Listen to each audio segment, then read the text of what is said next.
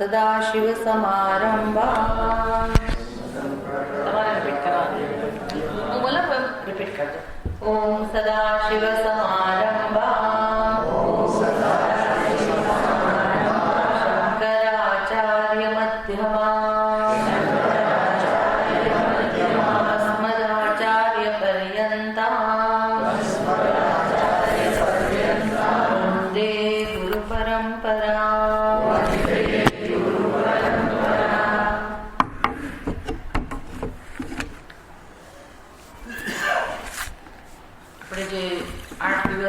ચર્ચા કરવાના છીએ. ચર્ચાનો આધાર ભગવદ્ ગીતા રહેશે.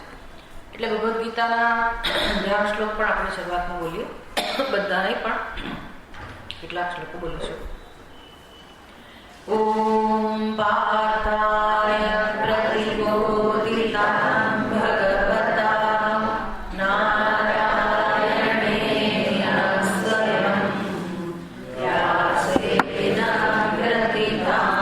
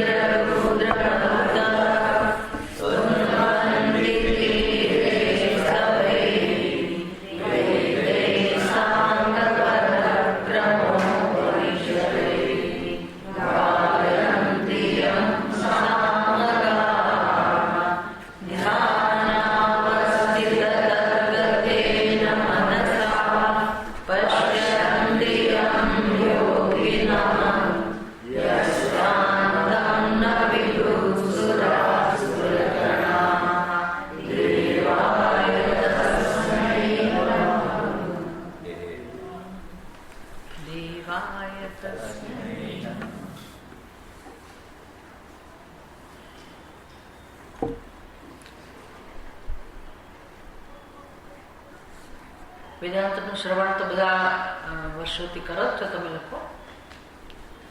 આ વિષય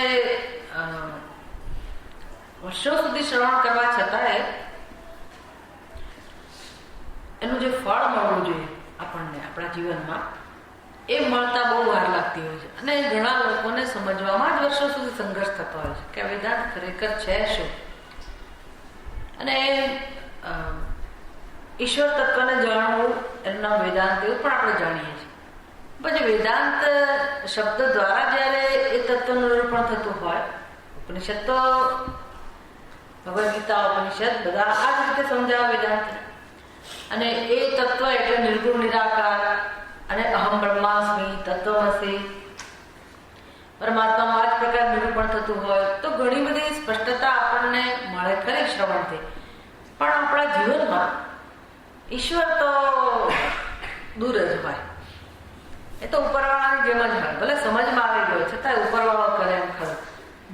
એટલે આપણો વ્યવહાર કે આપણું જીવન જાણે કે એ ઈશ્વર તત્વથી ભિન્ન ના હોય એવું આપણું જીવન રહેતું હોય છે. એટલે બુદ્ધિમાં સમજ આવે ખરી, આપણને જ્ઞાન પ્રાપ્ત થાય.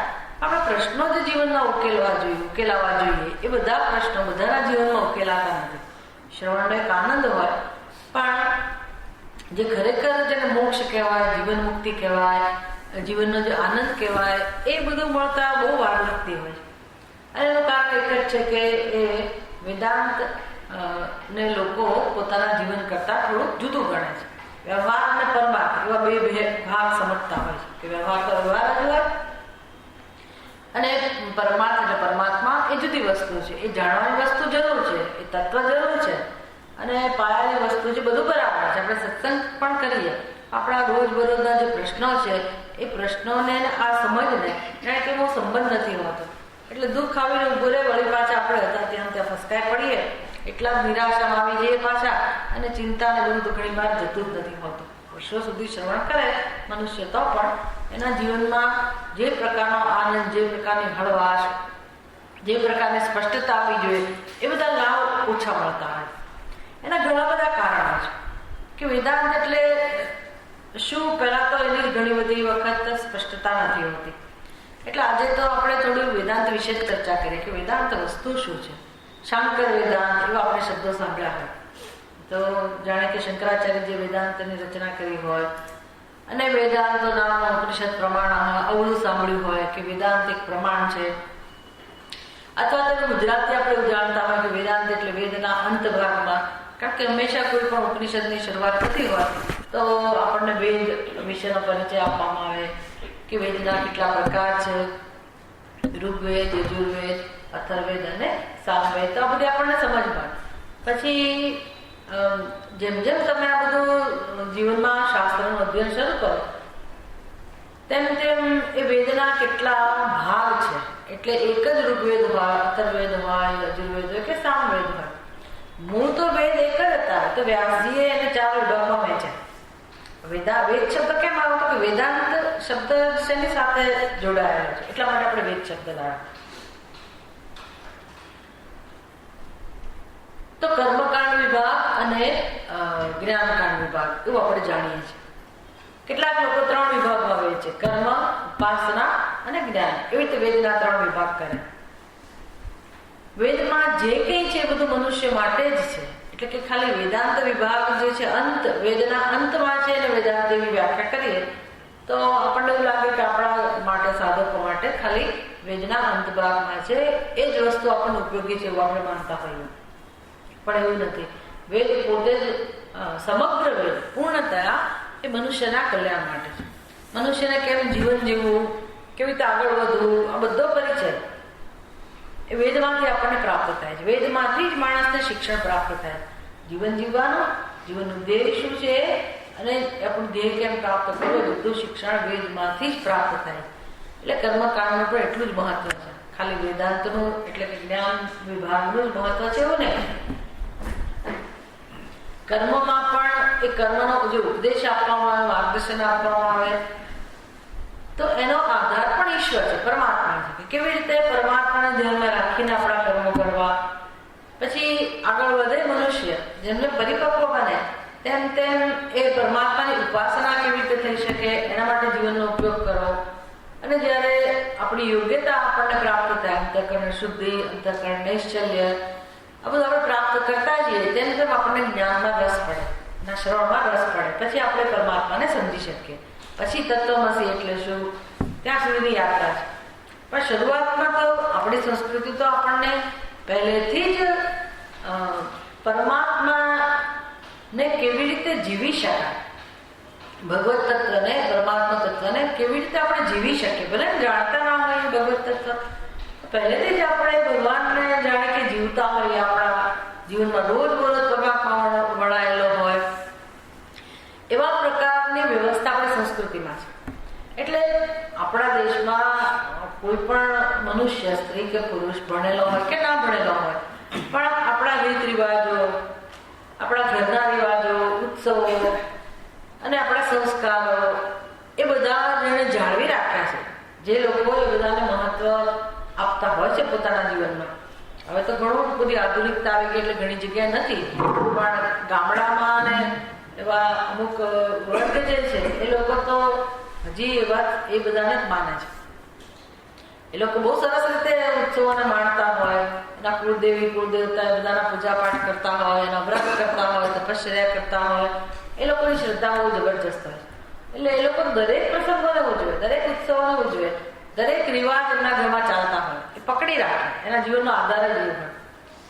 એટલે આપણી સંસ્કૃતિના મૂળિયામાં આ બધી વસ્તુઓ તો ફેલાયેલી છે જ, હતી છે, અને કેટલાક લોકો એ જાણે છે, એ લોકોએ પકડી રાખેલું છે.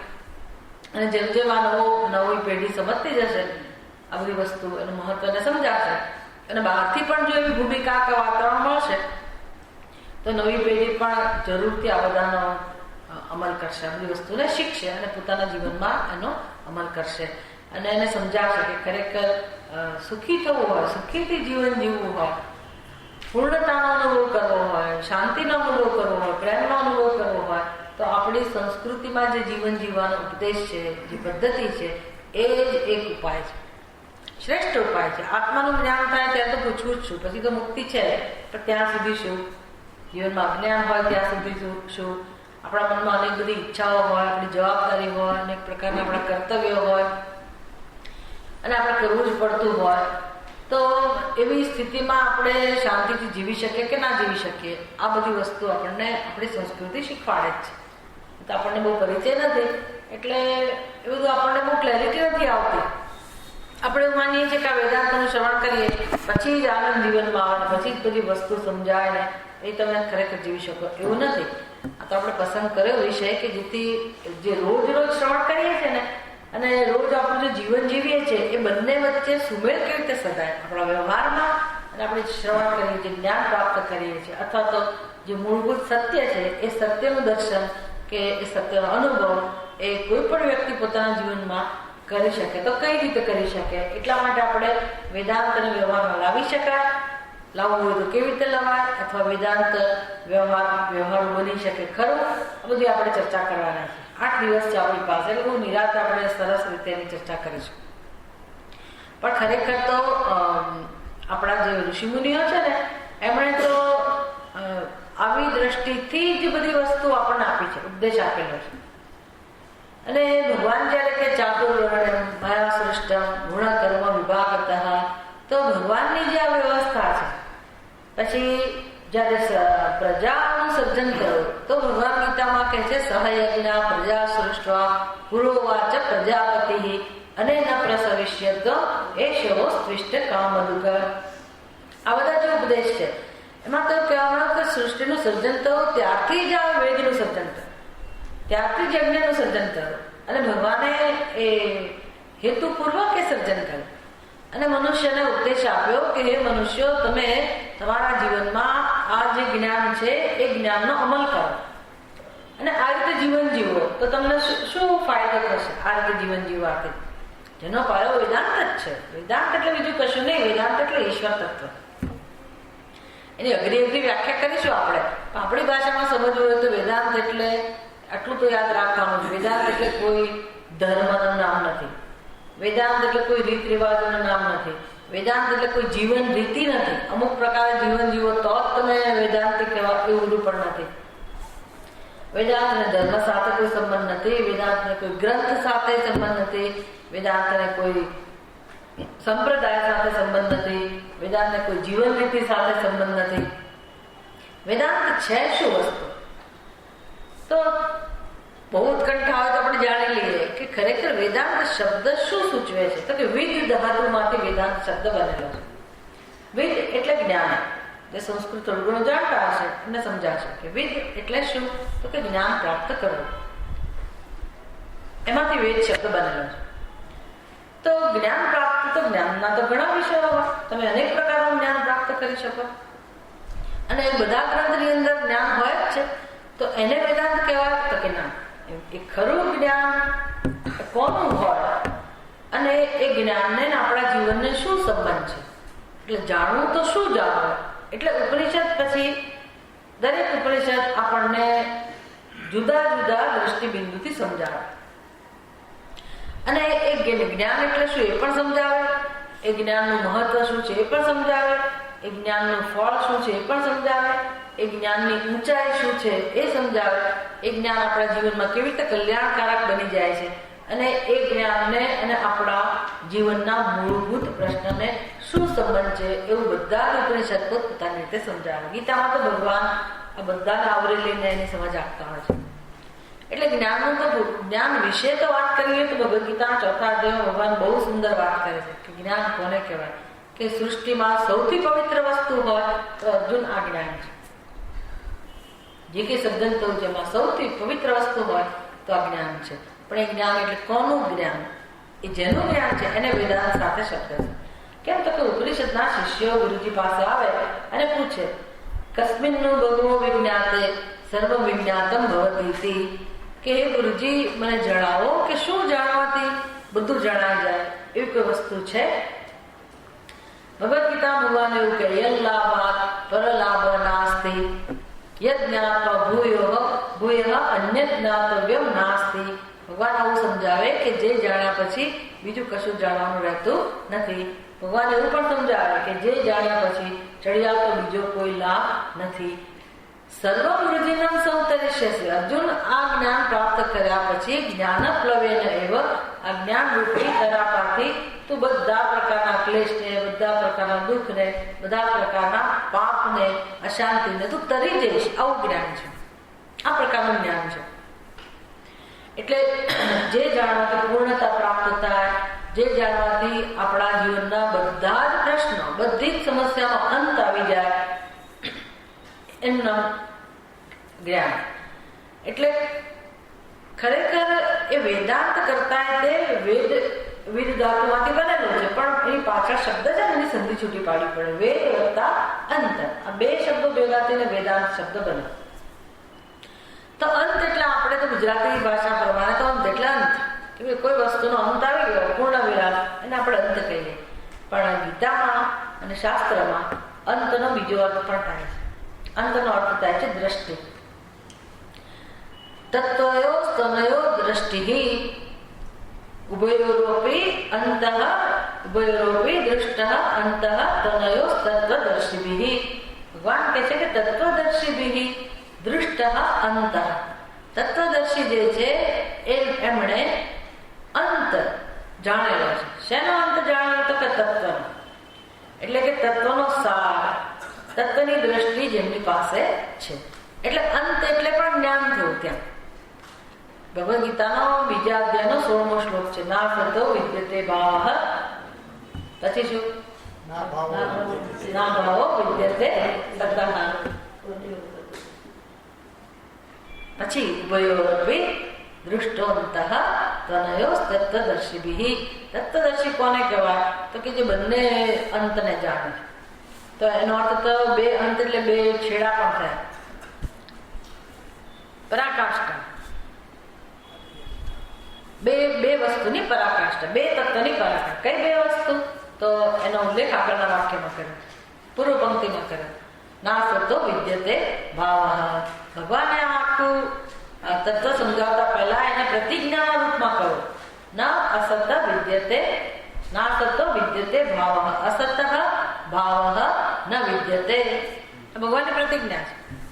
અસત નામની વસ્તુ ક્યારેય નથી. અસત ભાવ ન વિદ્યતે. અર્જુન, એક તત્વ અસત છે કે જેનું અસ્તિત્વ ક્યારેય છે જ નહીં. ના ભાવો વિદ્યતે, ના સતો વિદ્યતે ભાવ. અસતનો ક્યારેય ભાવ નથી. ના સતો વિદ્યતે ભાવ, ના ભાવો વિદ્યતે સત. અને જે સત છે એનો ક્યારેય અભાવ નથી. જો તમે આ વસ્તુને બહુ મહત્વ ના આપ્યું હોય, એવું યાદ ના રાખ્યું હોય, તો આ બધી કેટલીક વસ્તુઓ ગીતાની અંદર જેને કહે ને પાયાની સમજ, જે આપણે જીવનમાં આખી જિંદગી એની જ ઉપાસના કરવાની, એને જ જાણવાનું છે. બે વસ્તુ છે, સત અને અસત. એને સત્ય અને મિથ્યા, ઉપનિષદ આવા શબ્દો વાપરે છે. તો સત વસ્તુ એવી છે કે જેનો ક્યારેય અભાવ નથી.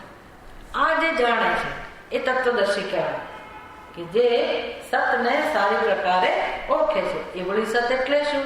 તો કે સત એટલે જે મૂળભૂત તત્વ છે તે. સત એટલે સત્ય, સત એટલે ઈશ્વર. એ જે તત્વ છે એનો ક્યારેય અભાવ નથી, ક્યારેય અભાવ નથી.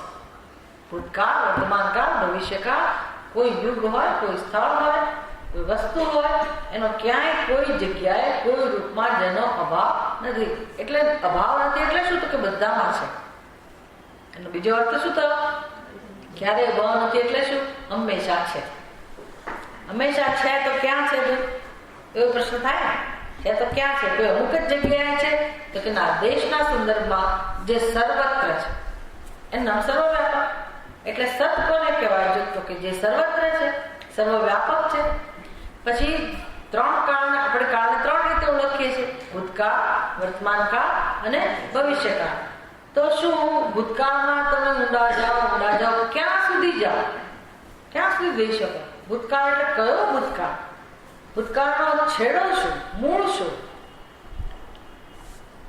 અનાદિ કહીએ છીએ આપણે, જેનો એનો આદિ જેનો છે જ નહીં એવી વસ્તુ. ભૂતકાળ એટલે ક્યાં સુધી જઈ શકો? રામાવતાર સુધી જાઓ, એની પહેલાની ચર્ચા કરો.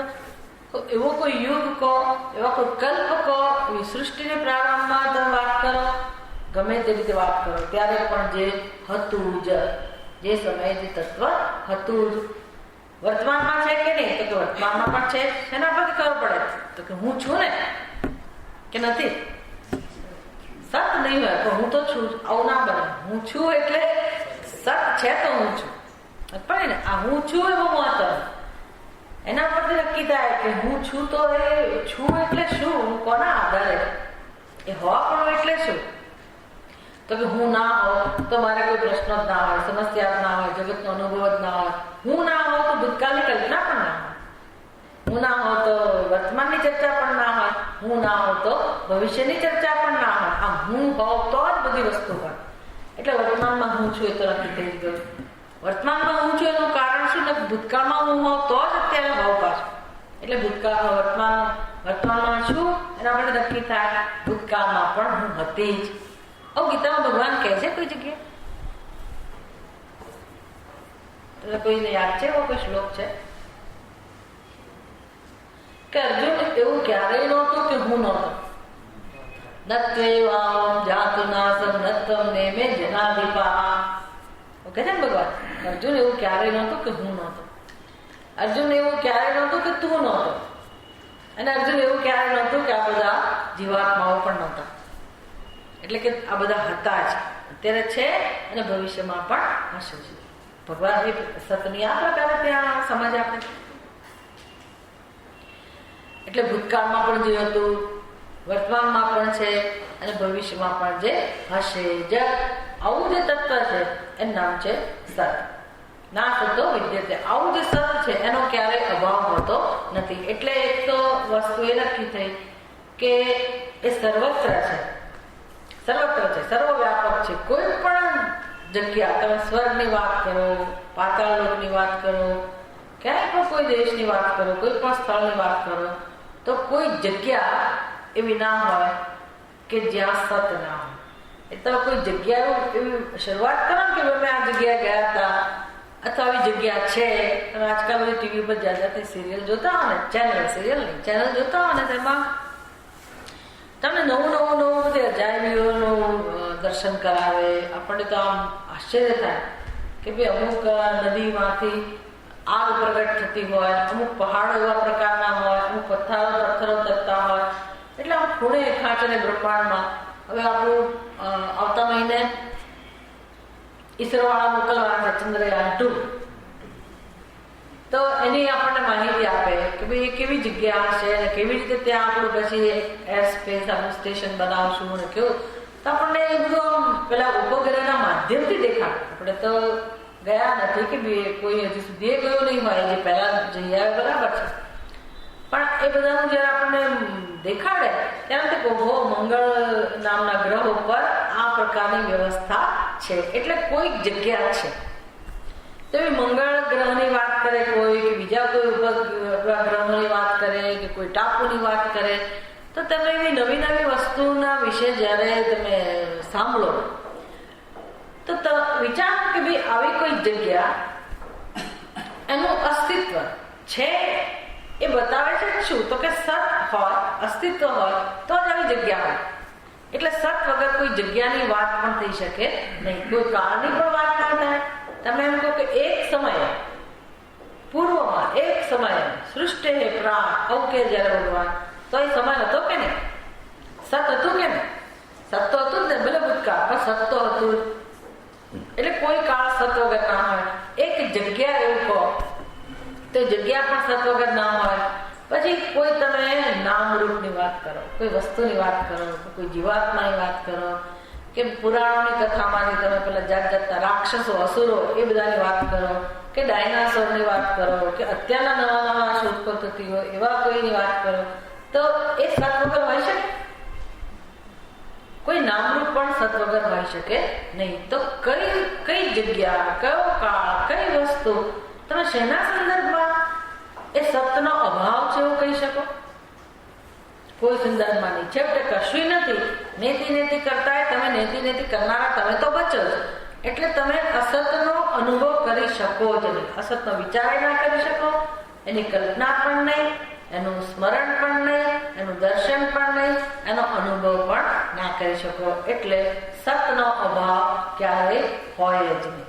એક વસ્તુ આ સમજવાની છે. આ જે જાણે છે એને તત્વદર્શી કહેવાય. અને બીજું કયું વાક્ય છે? આપણે શું સમજ્યા? નાસતો વિદ્યતે ભાવ, અસત ભાવ ન વિદ્યતે. પછી બીજો ભાગ કયો છે? ના અભાવ વિદ્યતે સતઃ, સતઃ અભાવ ન વિદ્યતે.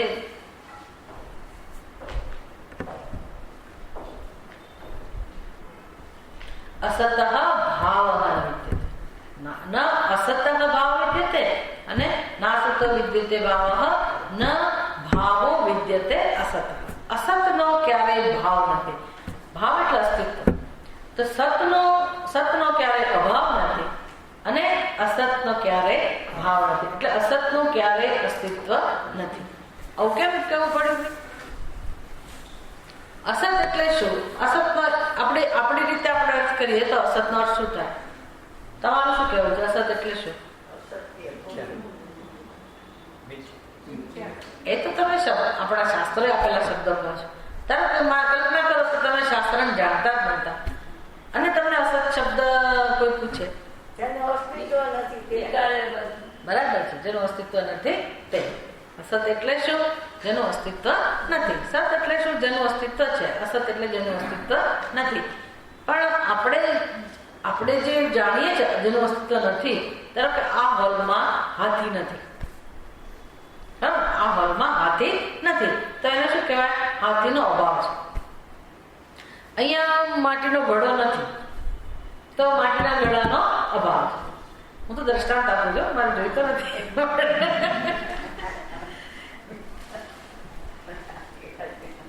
માથા ઉપરના શિંગડા શું કહેવાય? સત કહેવાય કે અસત કહેવાય? અસત. આપણા માથા ઉપરના કે સસલાના માથા ઉપરના, ગાય ભેંસના માથા ઉપર છે એ સત કહેવાય. પણ આપણા માથા ઉપર કે સસલાના માથા ઉપર શિંગડા હોતા નથી, આપણે એને અસત કહીએ. આકાશ પુષ્પ એ તો તમે સાંભળ્યું હશે, ખ પુષ્પ, એને શું કહો તમે? અસત.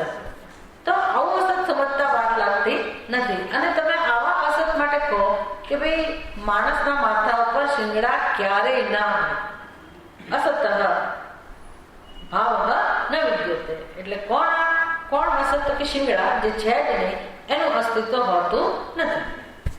ક્યાં? મનુષ્યના માથા ઉપર. બીજે ક્યાંક હોય છે, તો મનુષ્યના માથા ઉપર કે અમુક પ્રાણી જે છે એના માથા ઉપર શિંગડા નથી, તો એ શિંગડાનું અસ્તિત્વ નથી.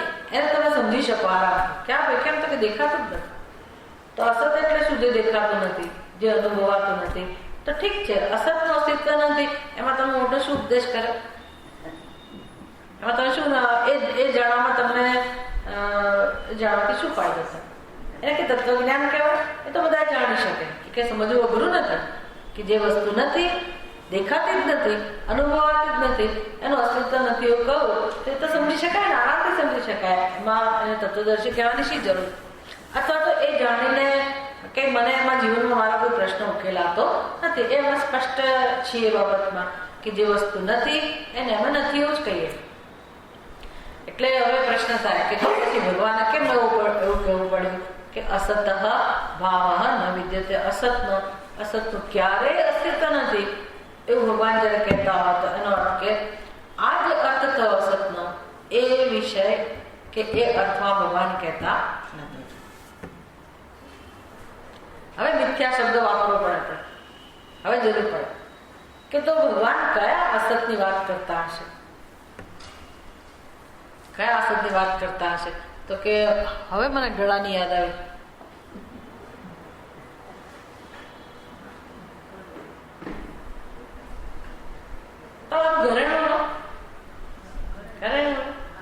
તમારી ચેન છે એને શું કહેશો? સત કહેશો કે અસત કહેશો?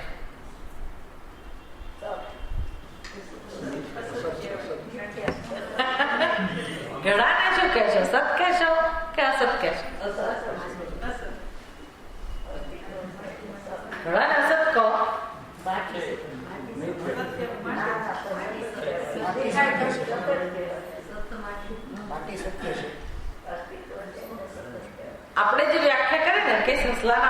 શિંગડા નથી એવું અસત ઘડો નથી, તમારી ચેન એવું અસત નથી. તો આપણે શું કહીએ? આખું જગત શું કહે છે? ઘડો છે. આખું જગત શું કહે છે? ઘડો છે. ખરું કે ચેન છે. એ ઘડો માટે હજી સુધી વેદાંતે નક્કી નથી કરી શક્યા. કહેવાતા વેદાંત કે ખરેખર બેમાં એક નક્કી કરીને કહો કે કાં તો એમ કહો કે ઘડો છે, કાં તો એમ કહો કે માટી છે. જે સમજે છે સમજે છે. આ તો જે બિચારા હજી ગણમતલ કરતા હજી સમજાતું નથી કે મને નક્કી કરીને કહો. ઘણા લોકો કહે કે ભાઈ સાચું શું છે? જગત છે કે નથી? જગત છે કે નથી? શું કહેવું? હવે તમે ઉપનિષદ એવું બધી પ્રક્રિયાઓ પ્રકરણ ગ્રંથો જે ઘનઘોર ઉપનિષદ ભણતા હોય ને એમાં એવું બધું તમને પ્રશ્ન પૂછે કે ભાઈ દોરડા ઉપર સાપ તમને ક્યારે દેખાય કે ના દેખાય? દોરડાની જગ્યાએ કોઈને ક્યારે સાપ દેખાય કે ના દેખાય? કોઈને ભ્રમ થાય કે ના થાય? ને ના થાય? કોઈ દિવસ તમને ક્યાંય ભ્રમ થતો જ નથી? મને એવું લાગ્યું કે આ જેવું થાય કે નહીં? કે ભાઈ કોઈ માણસ એવું લાગ્યું પછી જોયું ત્યાં ખબર પડી કે ઝાડનું ઠૂઠું હતું. એવું ભ્રમ થાય કે ના થાય? જાત જાતના ભ્રમ થાય. તો હવે એ દોરડામાં તમને સાપ દેખાવો, આવો જે ભ્રમ થયો, હવે સાપ વિશે નક્કી કરીને કહો કે સાપને શું કહેશો? સત કહેશો કે અસત કહેશો? એ નહીં, આપણે જે વ્યાખ્યા કરી એ અસતની વાત. એ અસતના ના, પણ જો અસ્તિત્વ ના હોય તો મને દેખાય કે ભ્રમ છે. ના એવું નહીં. ભ્રમ છે એવું જવાબ નથી જોઈતો. અસત છે કે સત છે એ વ્યાખ્યા નક્કી કરવાની. જો અસત છે તો દેખાય નહીં. દેખાયો કે દેખાયો કે એવું તો તમારે જો હોત જ નહીં ક્યારે કોઈ કાળે તો મને ના દેખાય. પણ દેખાયો કોઈકને તો દેખાવ ને, એટલે તમને ના દેખાય, કોઈકને તો દેખાવ. એટલે દેખાવ એટલે શું? તો કે સત કેવું પડે. પણ તમે એમ કહો કે સત છે તો પછી આપણે કેવું પડે કે જયારે અમે બેટરી લઈને તમને બરાબર દોરું દેખાડે તો સત તો જતો ને, તો સત તો જતો ને, એટલે ત્યારે તો સત નથી જ પાછું. એટલે ના એને એટલે હવે મારે તમને શું કરવું છે આપણા દ્વારા તમને ક્યાં લઈ જવા માંગુ છું તો કે સતની તમે સતની તમે વ્યાખ્યા ના કરી શકો. સત છે કે નથી, અને સત ને સત કહેવાય તો સત કહેશો તો કહેશો કે ભાઈ જયારે તમે એને બરાબર જુઓ છો તો સાપ જતો રહેશે. ધ્યાનથી તમે દોરડાને જુઓ છો, પ્રકાશ લઈ આવો ત્યારે ત્યાં સત રહેતો નથી. એટલે હવે સત છે એવું કહેવાય. સતને સત કોને કહેવાય? ત્રિકાલે અભિયતિષ્ઠતિ. આપણે હમણાં વ્યાખ્યા કરે ને કે સત કોને કહેવાય? ભૂતકાળમાં હોય, વર્તમાનમાં હોય અને ભવિષ્યમાં પણ એને સત કહેવાય. એટલે એની સતની વ્યાખ્યા કહી સત અભાવ ન વિદ્યતે. સતનો ક્યારે અભાવ ના હોય. હવે આ સત તો કેવો નીકળે? પેલા દેખાયો, કોઈને દેખાયો, તમે જયારે ખરેખર એની સાથે કામ કરે બરાબર ત્યારે સત જતો રહ્યો તો ભૂતકાળમાં આવતો, વર્તમાનમાં એ નથી, તો 3 કાળમાં આવતો નથી. તો સતને સત કહેવાય તો એને સત પણ ના કહેવાય, એને અસત કહેવાય. જો અસત કહો તો કોઈને દેખાવ ના હોય, કોઈને દેખાવ પણ થાય. એટલે હવે શું કરવું? એ સત માટે કયો શબ્દ વાપરો? ઘડો. પણ જ્યાં સુધી જે મનુષ્યએ ઘડાના વિશે કોઈ ચિંતન કર્યું જ ના હોય, તમે લોકો જેમ રોજ શ્રવણ કરો છો એવું શ્રવણ ના કર્યું હોય તો એના માટે ઘડો કેવો હોય? સત હોય કે અસત? સત હોય કે ને? એના માટે ઘડો સત છે. તમારા માટે ઘડો કેવો છે?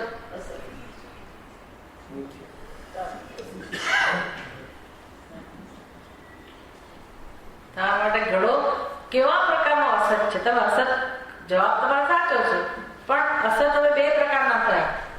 એક તો માથા ઉપરના શિંગડા જે ક્યારેય અનુભવાતા નથી.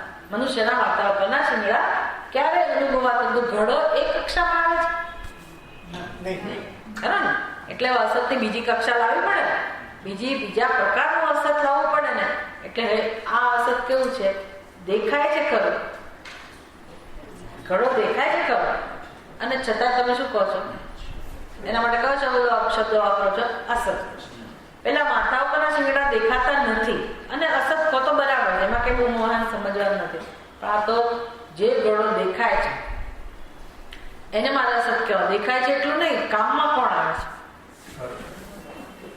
કામમાં કોણ આવે છે? ઘડો આવે કે માટી આવે? ઘડો જ કામમાં આવે. માટીમાં કે પાણી લેવાતું નથી, ઘડામાં પાણી લવાય છે. તો કામનું કોણ થયું? તમે જે અસત કહો છો એ ઘડો કામમાં આવે છે કે નહીં? હવે આ અસતની વ્યાખ્યા તમારે બદલવી જ પડે કે નહીં? પેલું અસત તો કેવું કામમાં નથી આવતું, છે પણ નહીં. એક અસત પણ છે, એક એવું અસત પણ છે. આ બીજી કક્ષાનું અસત કે જે દેખાય છે, કામનું છે, રૂપાળું છે, ઉપયોગી છે, અને છતાંય તમે જ્યારે એને ધ્યાનથી એના વિશે વિચાર કરો, તપાસો, ત્યારે એ સત્ય સાબિત થતું નથી. તો ઘડો કયા કાળે સાબિત થાય છે? હા, શું કહો? વર્તમાન. ઘડા વિશે જેને ચિંતન કર્યું છે, વેદાંતનું શ્રવણ કરનાર લોકો ઘડા વિશે ચિંતન કરે છે ને આખો દિવસ, તો એમની દ્રષ્ટિએ ઘડો કયા સમયે સત્ય છે?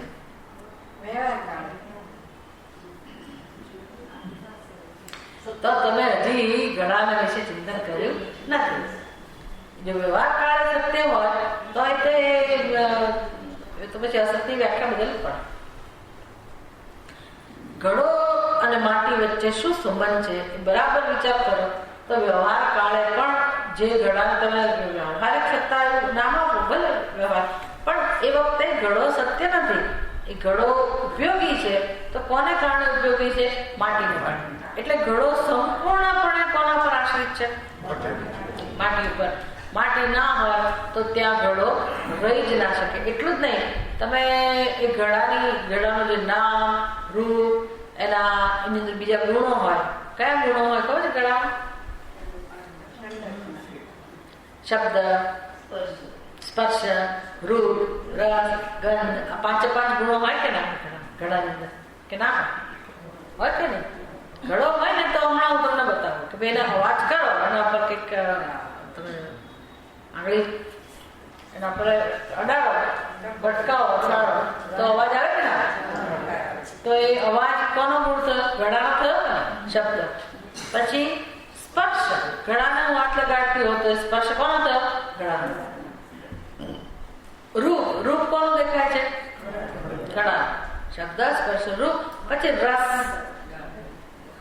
આપણને ઘડાના રસની ખબર ના હોય, પણ બાળકોને ખબર હોય. બાળકો બધું મોઢા નાખે ને એટલે સ્વાદ આવે. એટલે એનો અર્થ કે અંદર રસ પણ છે. પછી તમે પાણી ભરો તો સુગંધ આવે. તો 5 ગુણો એ ઘડાની અંદર છે.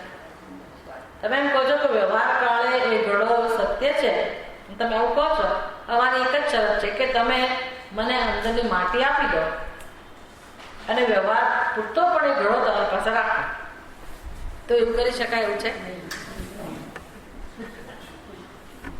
કરી શકાય? સોનાનો ઘડો હોય તો આ મને મજા પડે છે આ પ્રકારનો કોન્ટ્રાક્ટ લેવાનો.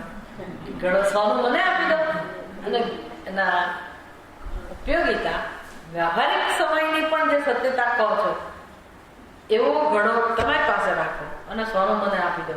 એ શક્ય છે? તો ઘડામાં તમે જેટલી પણ વાત કરી એની ઉપયોગિતાની કે 5 ગુણોની, જે પણ વાત કરો ઘડાની સુંદરતાની, એ બધાનો આધાર કોણ છે? માટી. અને એમાં તમે જ્યાં જ્યાં સ્પર્શ કરો છો તો ઘડામાં કોને સ્પર્શ કરો છો? માટીને. એટલે ઘડાને તમે ક્યારેય સ્પર્શ કરતા નથી. એ બધા ગુણો કોના છે? માટીના. તો એમાં ઘડો કયા સમયે છે? ભૂતકાળમાં, વર્તમાન કાળમાં કે ભવિષ્યમાં? કયા સમયે છે? એકે કાળમાં નથી, ખરું ને? ઘડો એકે કાળમાં સાબિત થતો નથી, હોવા છતાંય સાબિત થતો નથી. અને કોણ સાબિત થાય છે? હવે વ્યાખ્યા કરવી હોય તો શું કહેવું પડે? માટી સત્ય, માટી સત્ય અને ઘડો અસત. અસત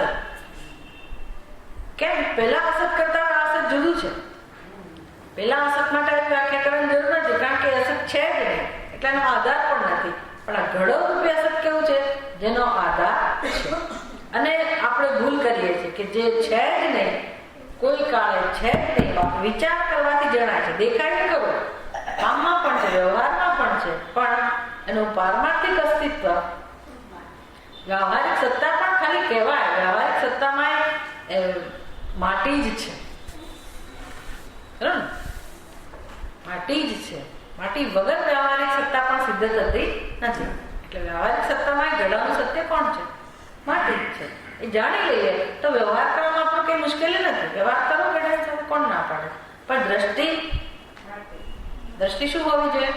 કે ઘડાનું એક ટકો પણ અસ્તિત્વ નથી, કોઈ સમય નથી, અને ઘડાનું સત્ય કોણ છે? માટી. તો હવે ઘડાની સાથે વ્યવહાર કરો છો કે માટી સાથે વ્યવહાર કરો? માટી સાથે. પણ તમારી સમજ શું હોય? તો કે એ ઘડો ફૂટી પણ જાય. ઘડો ફૂટી જાય કે ના ફૂટી? ફૂટી પણ જાય. અને મને દુઃખ થાય કે ના? એ દુઃખ જન્મ્યું એનું કારણ કોણ? દુઃખ જન્મ્યું એનું કારણ કોણ? ઘડો કે માટી? વિચાર કરો, દુઃખ જન્મ્યાનું કારણ કોણ? એના માટે માટી જવાબદાર નથી, અને ઘડો તો ક્યારેય છે જ નહીં. એટલે બિચારો ઘડો ક્યાંથી જવાબદાર હોય દુઃખ માટે? તો હવે દુઃખ માટે કોણ જવાબદાર છે? મારી સમજ. કોના વિશેની? બંને વિશે. માટી વિશેની સમજ નથી સ્પષ્ટ, અને ઘડા વિશેની સમજ પણ સ્પષ્ટ નથી. બસ આખું જગત, આખું જીવન આપણે કોને સત્યતા આપીએ છીએ? તો કે બધા જ નામ રૂપ જગતમાં જે કઈ ભેદભાવ છે, જે આપણા જીવનમાં પોતાના માટે અને અન્ય માટે, આપણે જેને જીવ અને જગત કહીએ, કે જગતના જે પણ નામ રૂપ છે એ બધામાં પારમાર્થિક સત્ય છુપાયેલું છે. જે માટીના બધા પાત્રોમાં માટી એ તત્વ છુપાયેલું છે, અને આપણે કોને મહત્વ આપીએ છીએ? પાત્રને. અને એમાંથી જે આ બધા પ્રશ્નો સર્જાય છે, એવી જ રીતે આપણા જીવનમાં જેની સાથે વ્યવહાર કરીએ છીએ એ તમામ વસ્તુ, તમામ બધા જેટલા જીવો છે, બધા જીવો એટલે જળ, ચેતન, નામ, રૂપ, જેટલા પદાર્થો છે તે બધા પદાર્થો, આપણો વ્યવહાર, આપણી પ્રવૃત્તિ, આપણા વિચારો, આપણું જીવન, બધામાં આ ખોટી સમજ વણાયેલી છે.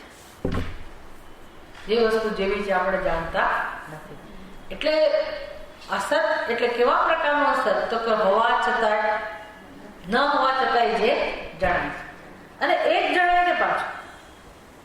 હવે હું ઘડાને જ સત્યતા આપું કે ચેનને જ સત્યતા આપું, તો તમને ખબર છે કે જયારે બધી વહેંચણી થતી હોય ઘરમાં મિલકતની, ઘરેણાની, તો બહેનોને વધારે પ્રશ્ન હોય કે મને આ બંગડી આપીને, મને આ ચેન આપીને, એટલે પેલી ચેન વધારે સારી ને બંગડી વધારે, બધા મનમાં થતું હોય.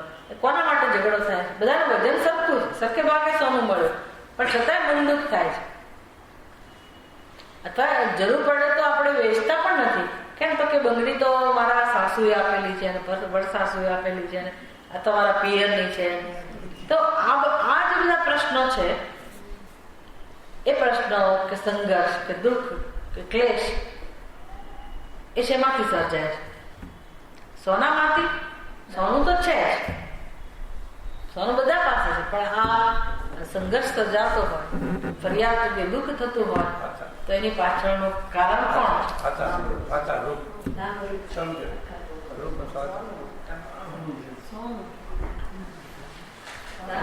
સંઘર્ષ પાછળ સોનું જવાબદાર છે. સોનું બધા પાસે છે, બધા અંદર ઝઘડો થાય છે કે ફરિયાદ રહે છે.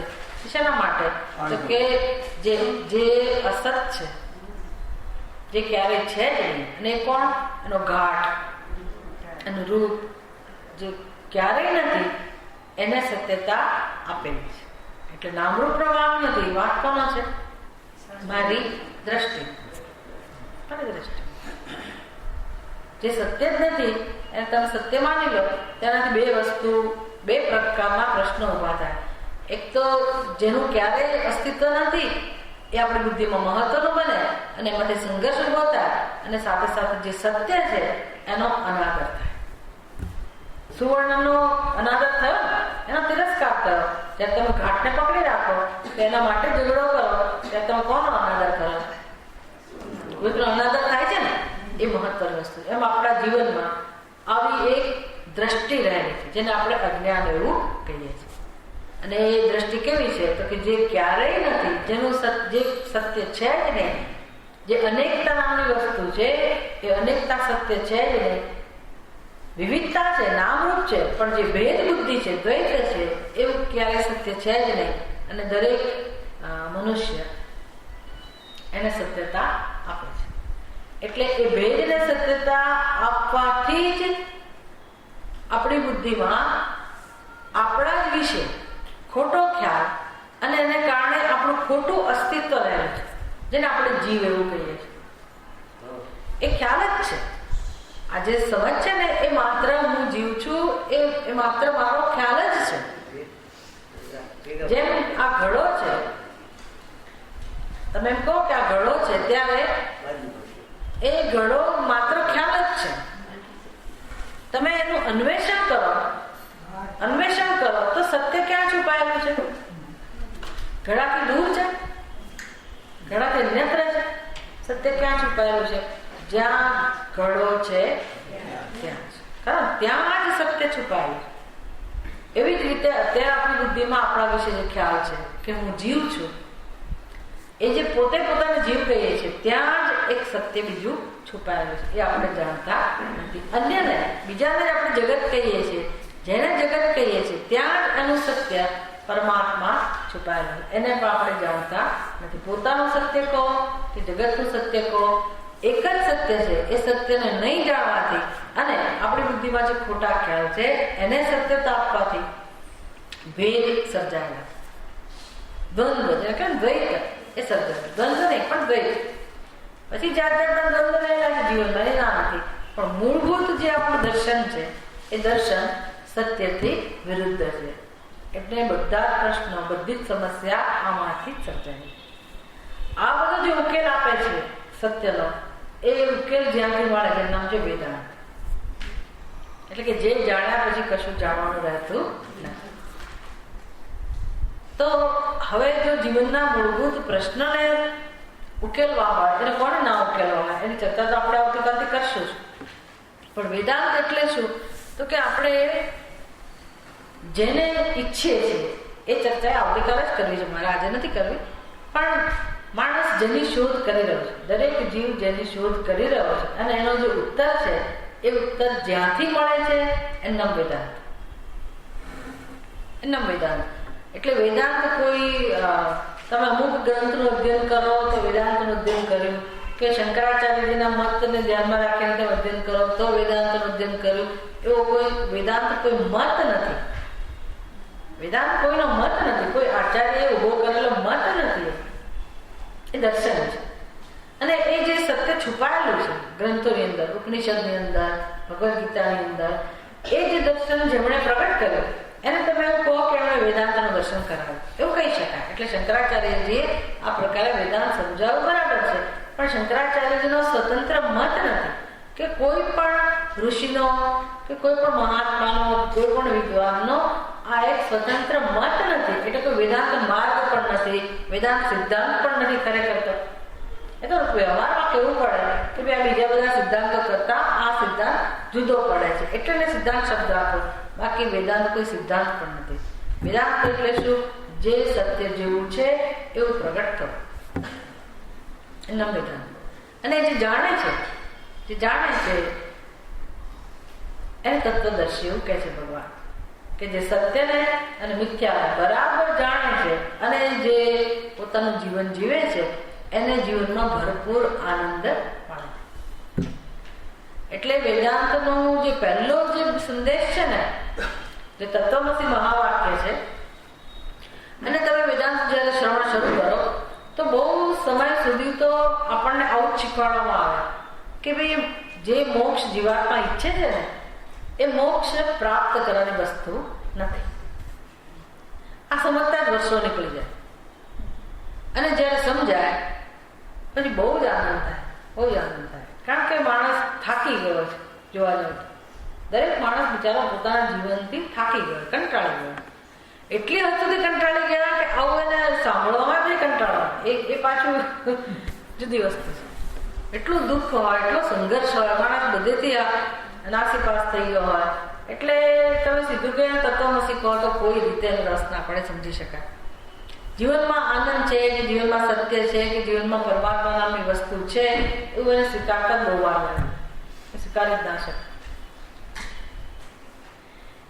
પણ જીવ થાકી ગયો એનું કારણ શું છે? તો કે જન્મોથી એ જે પ્રકારની શાંતિ ઈચ્છે છે, જે પ્રકારનો આનંદ, જે પ્રકારનો પ્રેમ, જે પ્રકારનો સમાધાન પોતાના હૃદયમાં ઈચ્છે છે, એને હજુ સુધી પ્રાપ્ત થયું નથી.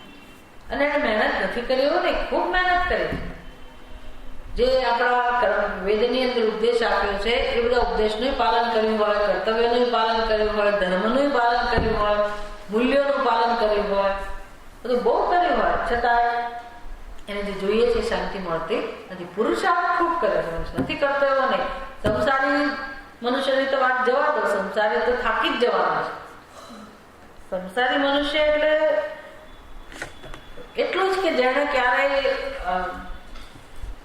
પરમાત્મા તત્વમાં રસ નથી લીધો અને પોતાની ઈચ્છાની પૂર્તિમાં જે લાગેલો છે, આટલું જ. સંસાર એટલે કે એમાં કઈ દોષ નથી. સંસાર એટલે પાપી મનુષ્ય એવું નહીં. એને વિચારવાને ખબર નથી કે મને શું જોઈએ છે.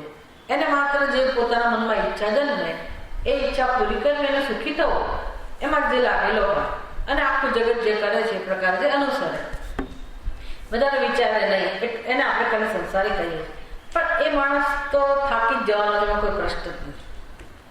એ તો તમને પ્રત્યક્ષ અનુભવ છે બધાને. એટલે આ સત્સંગમાં લોકો ભજન ગાતા હોય ને લોકો, તો તમને લગભગ સાંભળવા મળે, કોઈ કોઈનું નથી રહે, કોઈ કોઈનું નથી. એ લેસન તો બધાને મળી જ ગયું.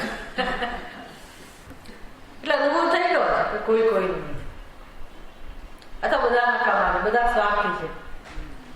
અને જેને કર્તવ્ય કર્મનું પાલન કર્યું હોય, સેવા કરી હોય, ધર્મનું પાલન કર્યું, એ લોકો થાકી ગયા. કેમ તો આટલું બધું કર્યું, કોઈને કદર નથી અને ભગવાને અમને કઈ ફળ આપ્યું નથી, એમ એને બિચારાને ફરિયાદ છે. એટલે બધા જીવો, મનુષ્ય ખાસ કરીને, પશુ પક્ષીઓનો એવો પ્રશ્ન છે ને, એને તો ભગવાનના જે સૂઝ મૂકેલી તે પ્રકારે પોતાનું જીવન જીવે છે. પણ મોટા ભાગના મનુષ્યો બિચારા થાકેલા ને હારેલા હોય છે. વિવેકપૂર્વક જીવન જીવે છે તો પણ જીવનમાં નિરાશા છે. સેવાનું કામ કરે તો પણ દુઃખ છે, નિરાશા છે. આવું છે જીવનમાં, આવું છે. બધા બહુ થાકેલા છે. તો એનો જવાબ ક્યાંથી મળે? એ જ્યાંથી જવાબ મળે છે એનું નામ છે વેદાંત. કેમ આવું છે? કેમ તો કે વેદાંત બીજું કશું ઉપદેશ નથી આપતો. વેદાંત કહે છે કે તમે પોતે જ પ્રશ્ન પૂછીને, વિચાર કરીને પોતે જ ઉત્તર આપો કે તમને શું જોઈએ છે, તમને શું જોઈએ. તો બધાનો જવાબ આવો જ હોય મોટે ભાગે. શબ્દ જુદા જુદા હોય. કોઈ જીવને એવી ફરિયાદ હોય, કોઈ બોલે નહીં. ઘણા લોકો બિચારા બોલતા પણ ના હોય. ઘણા લોકો ભગવાન પાસે માંગણી મૂકતા હોય કે ભગવાન ક્યારે શાંતિ મળશે. કેટલાક લોકો બોલ્યા વગર એના વ્યવહારમાં અભિવ્યક્ત કરે, હે રામ, હે રામ, જે વાતે મિનિટે નિશાસા નાખતા હોય અને ભગવાનનું નામ લેતા, હાશ ભગવાન. આમ એને આપણે ખબર પડે કે આના જીવનમાં બિચારા પીડા છે, આ બધી પીડા છે, દુઃખ છે, ફરિયાદ છે.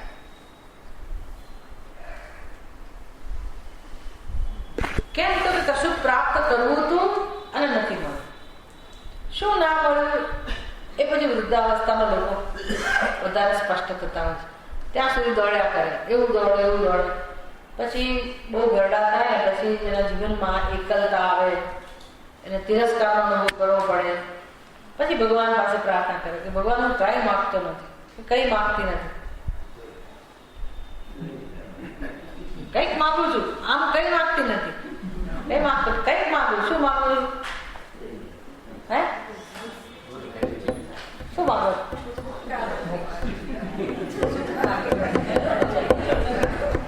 તો વ્યવહારિક સ્તરનો પ્રશ્ન છે. તમારી બહુ મોટી જિજ્ઞાસા કે બધાની વાત નથી. તમે કોઈ પણ અજ્ઞાનીમાં, કોઈ પણ ઘરમાં જાઓ અને આમ વૃદ્ધની તમે કોઈની હાલત જુઓ તો તમે કોઈને કહેતા સાંભળ્યા કે મને શું જોઈએ છે? અથવા તમારો એમાં સમાવેશ થતો હોય તો તમે શું માગો? ના, મૃત્યુ તો બહુ વધારે પડતી દૂરની વાત થઈ ગઈ. પણ મૃત્યુ પહેલા તમે કોઈ ભગવાનને કહો તો પણ લોકોને કહો, તમારા મિત્રોને કે સગા સંબંધીને, એને તમે ફરિયાદ કરતા હો તો શું કહેતા? તો ભગવાનને એટલી પ્રાર્થના કરવી, ભગવાન બીજું કઈ નહીં, મને એક કોઈ પ્રેમથી બોલાવે, મારા રસ લે, પ્રેમથી પૂછે, બસ એ મારી જરૂરિયાત છે. કે મને કઈ વધારે જમવાનું કે વિવિધ વાનગી કે કઈ નથી જોઈતું, પ્રેમથી મને જમવા દાળ રોટી મળી જશે તો ભગવાન ચાલશે. પણ મારી મુખ્ય જરૂરિયાત શું છે? કોઈક મારામાં રસ લે, કોઈક પૂછે કે બા કેમ છે, કે બાપુજી કેમ છે. આવી અંદરથી ઝંખના હોય કે ના, વૃદ્ધ લોકોની આવી સ્થિતિ હોય છે, એ નથી પ્રાર્થના કરતા હોય. અને ફરિયાદ એ જ હોય છે કે કોઈ ઘરના ઘણા લોકો છે પણ કોઈ એની પાસે બેસતું નથી, કોઈ એને પૂછતું નથી. હવે અંદરની બહુ વિચારવાની પીડા આવે વૃદ્ધ લોકોની. તો હવે કબૂલ કરે છે કે મને કશું જોઈતું નથી, અને શું જોઈએ છે? પ્રેમ જોઈએ છે. હવે કબૂલ કરે છે. તો એને વિચારવાનું એટલું જ રહ્યું કે બાળપણમાં એને શું જોઈતું? ચાલો કલ્પના કરો 80 વર્ષની ઉંમર હોય તો હવે એને શાંતિ જોઈએ, તો 70 વર્ષની ઉંમરમાં એને ખરેખર શું જોઈતું હશે? ભલે એને પોતાને સમજાવ્યું નહીં હોય પણ શું જોઈતું હશે? શાંતિ કે પ્રેમ. 60 વર્ષે શું જોઈતું હશે? 50 વર્ષે શું? 40 વર્ષે શું? બાળપણમાં શું જોઈતું હશે? આમ વિચારતા સમજાય કે આખી જિંદગી માણસને ખરેખર શેની જંતર શું જોઈએ છે. 90 વર્ષ થાય રાહ જોવાની જરૂર, પછી કબૂલ કરવાની જરૂર. આપણે સમજી શકીએ ને કે મૂળભૂત આપણી શું રિક્વાયરમેન્ટ છે, શું જરૂરિયાત છે. બસ આ માણસને જોઈએ છે, અને માણસ એ જ મેળવવા માટે જે કંઈ કરે છે તે કરે. સંસારી કરતો હોય, સાધક કરતો હોય, જિજ્ઞાસુ કરતો હોય, બધા પોતાના જીવનમાં જે કંઈ પુરુષાર્થ કરે છે આવો પ્રેમ કે શાંતિ મેળવવા માટે જ કરે છે. અને વેદાંત પાસે શું જવાબ છે? શું જવાબ છે? તત્વમસી એટલે શું? જે તમે જોઈએ છે શાંતિ કે પ્રેમ, એ તું જ છે, અત્યારે જ છે. અને શું કહે? પ્રાપ્ત નહીં. પણ કેમ મેળવવું, કેમ એનો લાભ મેળવવો એ આપણે જાણતા નથી. પણ અહીંથી શરૂઆત થાય છે, પ્રાપ્ત નહીં પ્રાપ્તિ. જો આ સમજાય જાય તો જ જીવન તમારું વ્યવસ્થિત ગોઠવાય. એટલા જીવનના અંતમાં જાણવાનું એવું છે કે જીવનની શરૂઆતમાં. એ આપણી મોટી દુર્ભાગ્ય છે, મોટું કે ભાઈ આપણે એવું માનીએ છીએ કે તો વૃદ્ધ થયા પછી 60 વર્ષ પછી. અને વેદાંત શાસ્ત્ર, આપણી સંસ્કૃતિ પહેલો જ ઉપદેશ આપણને આપે છે કે આ બધા જ નિયમો, જીવન કેમ જીવવું, એ વર્ણની વ્યવસ્થા, આશ્રમની વ્યવસ્થા, ભલે બધી વ્યવસ્થા છિન્ન ભિન્ન થઈ ગઈ આપણને ખબર હોવી જોઈએ કે અને આપણે અત્યારે કઈ જગ્યાએ છે, હવે હું મારું જીવન કઈ રીતે જીવી શકું, એ બધું જાણવા માટે તો આ સમજ અત્યંત ઉપયોગી છે. કે પ્રાપ્તની પ્રાપ્તિ, એ જો મને જે જોઈએ છે પ્રાપ્ત જો, તો હવે મારા જીવનમાં કરવાનું શું રહ્યું? શું કરવાનું રહે? પ્રાપ્ત જોઈએ તો કરવાનું શું રહે? તો કે જે પ્રાપ્ત છે એની આડે કોણ આવે છે? એના અનુભવની આડે કોણ આવે? બહુ બધી વસ્તુઓ છે. અજ્ઞાન તો છે છેલ્લે છે, એની વચ્ચે બહુ બધી વસ્તુઓ છે. પણ આટલી ખબર પડે કે જે મારે પ્રાપ્ત કરવાનું છે તો સિદ્ધ જ છે, મારી પાસે જ છે, અને છે તો હું મારા જીવનનો ઉપયોગ શેના માટે કરું? તો કે એ વસ્તુનો અનુભવ મને થાય. અને એટલા માટે વચમાં જે કંઈ અવરોધ હોય એ અવરોધની નિવૃત્તિ માટે, એના નિવારણ માટે મારી બધી શક્તિ, બધી સમજ, બધી લાગણી, બધી વિચારો, મારા કર્મો, મારા સંબંધો, આ બધાનો ઉપયોગ હું કરી શકું કે ના કરી શકું? એના માટે પૈસા જોઈએ, શરીરની તાકાત જોઈએ? જરૂર નથી. શું જોઈએ? માર્ગદર્શન જોઈએ, સાચી સમજ જોઈએ, ભાવના જોઈએ. અને બધો ઉપદેશ આપણને ગીતામાંથી ને ઉપનિષદમાંથી પ્રાપ્ત થાય. આવું જયારે સમજ આવે, તમે જીવન જીવવાનું શરૂ કરો, પછી પૂરી ખાતરી છે કે તમને ક્યારેક ને ક્યારેક સફળતા મળશે જ. હવે તમે ઊંધા રસ્તે નથી. અને એમાં આનંદ છે. પછી છોડવાનો બહુ આનંદ છે, જતું કરવાનો આનંદ છે. ત્યાં સુધી બોલબોલ કરીએ પણ કોઈ કશું જતું કરી શકતું નથી ખરેખર. અથવા તો મેં આટલું જતું કર્યું, બોલબોલ કરશે. એટલે બધું બહુ સમજાય. પછી આટલું સમજાય છે ને પછી જીવન જીવવાની બધી બહુ મજા આવે અને ઘણી બધી ક્લેરિટી પણ આવે. તો સંબંધોમાં પણ હળવાશ હોય. સંબંધો પણ તમને આરામ આપે, હૂંફ આપે, મદદરૂપ થાય. સંબંધો વાંધવા જવાની જરૂર ના પડે. ઘરમાં છે જ આપણા જોઈન્ટ ફેમિલીમાં તો જ્યાં આગળ છે ત્યાં તો બધા સંબંધો છે જ. તો પરદેશમાં એવી જગ્યા તો હવે જ્યાં એવી આધુનિકતા આવી ગઈ, એ લોકોએ નવા સંબંધો, નવા ગ્રુપ ઉભા કરવા પડે. વોટ્સએપ ગ્રુપ ઉભા કરે. છેવટે શેના માટે? તો કે દૂર રહીને તમે ગ્રુપમાં છો. એવી જરૂર ના પડે. આપણું જીવન આપણે ઘડી શકીએ. બહુ સુંદર દર્શન છે. પણ દ્રષ્ટિ, એમ સમજીએ કહો ને કે દ્રષ્ટિ, વેદાંતની દ્રષ્ટિ આપણી પાસે આવી ગયા તો આખી જીવનની વ્યવસ્થા ગોઠવાય. તો આવતીકાલે આપણે બીજા સ્ટેપની ચર્ચા કરીશું. પૂર્ણમદ પૂર્ણમિદં